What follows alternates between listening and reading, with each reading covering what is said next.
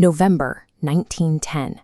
A private train idles at a foggy, deserted platform in Hoboken, New Jersey.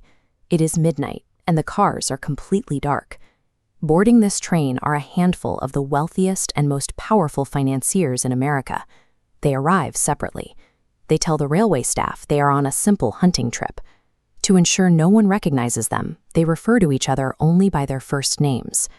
Their destination is a secluded luxury resort off the coast of Georgia, Jekyll Island. For the duration of their stay, the entire clubhouse is emptied of regular guests and staff. No reporters are allowed within miles of the property. This level of secrecy by men of such immense public influence ensured their work was protected from the very public it was intended to govern. Inside a locked, smoke-filled room, they spread complex legal frameworks and financial documents across the tables. They are drafting a complete overhaul of the United States banking system. This is a finished blueprint, constructed entirely outside the halls of democratic government and shielded from congressional oversight.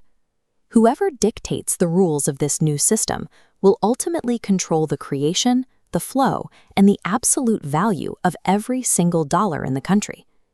To understand why they felt compelled to bypass the public entirely, we have to look at the financial devastation they had just barely survived. Look at this photograph of New York City. In 1907, the American economy was expanding at a breakneck pace, free of central regulation. But that rapid growth was incredibly fragile. When a scheme to corner the copper market failed, whispers of insolvency began to spread. Within hours, rumor metastasized into absolute market collapse. This captures the immediate fallout. Tens of thousands of desperate citizens besieged the banks, demanding their deposits in physical cash, instantly draining vaults dry. The system had a fatal structural flaw. There was no central authority, no lender of last resort capable of injecting emergency cash to calm the crowds. When one bank folded, it triggered a chain reaction. The panic spread, threatening to vaporize the vast fortunes of the nation's wealthiest families. The chaos of 1907 proved a purely free market banking system could not protect the interests of the wealthy. They required a permanent, centralized intervention.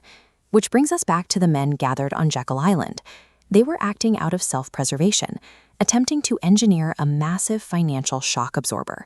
The blueprint rested on two pillars. First, every isolated bank pools a portion of their cash reserves, funneling them into one centralized vault. If a local bank faces a run, this central hub instantly pushes emergency capital back into that node, stabilizing it. Look closely at these vintage United States notes. The second pillar gave this new central entity exclusive authority to issue a unified national currency. They designed what they called an elastic currency. This meant the central authority could print new money when the economy needed liquidity and pull money out of circulation to cool things down.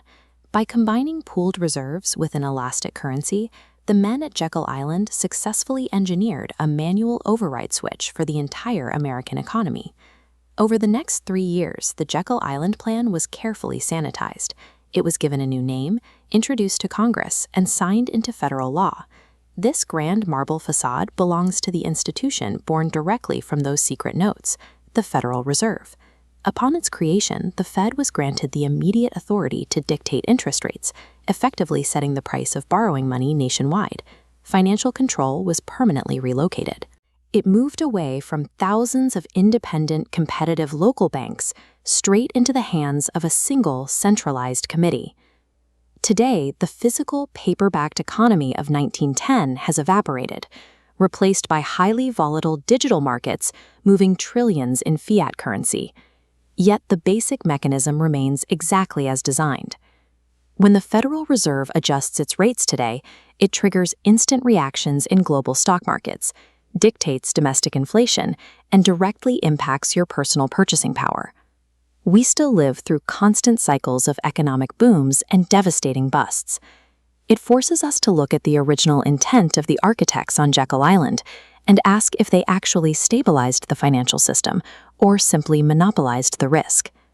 The supreme controller of today's global economy originated in a closed-door meeting, driven by elite desperation and absolute secrecy.